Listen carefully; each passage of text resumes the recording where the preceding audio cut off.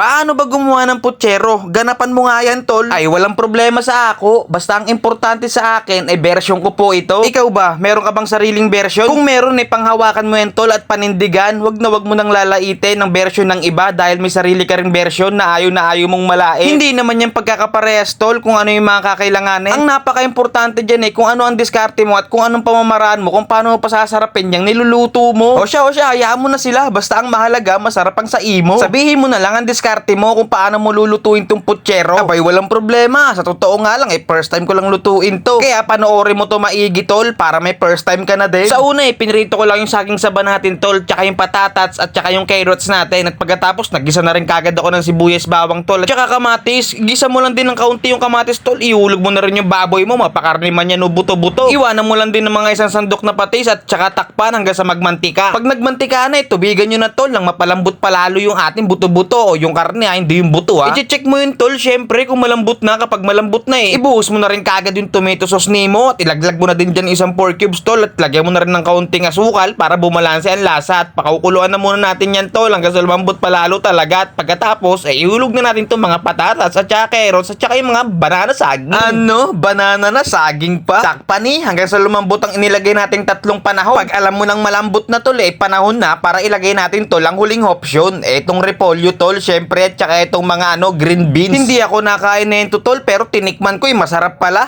Kapatid pala ito ng sitaw. Pakuluin na lang natin to ng isa, tol, at sesentensyahan na natin to. Itaas na. Talaga naman. Ganda din tignan ng putsero, Talaga to si Chambalero, Galing, Sarap dalihin ng nakakamay habang mainit-init pa yung kanin. Nasihipa mo sa kamay mo, napasupa-supa yung bibig mo. Ay, talaga naman. Laglagan ko pa ng labuyo para may konting tadyak sa mukha nimo. Oh, alam mo na, tol, kung paano dalihin. Huwag ka na magdalawang isip dyan, tol. Mamalengke ka na at ganapan mo na ang first time nimo.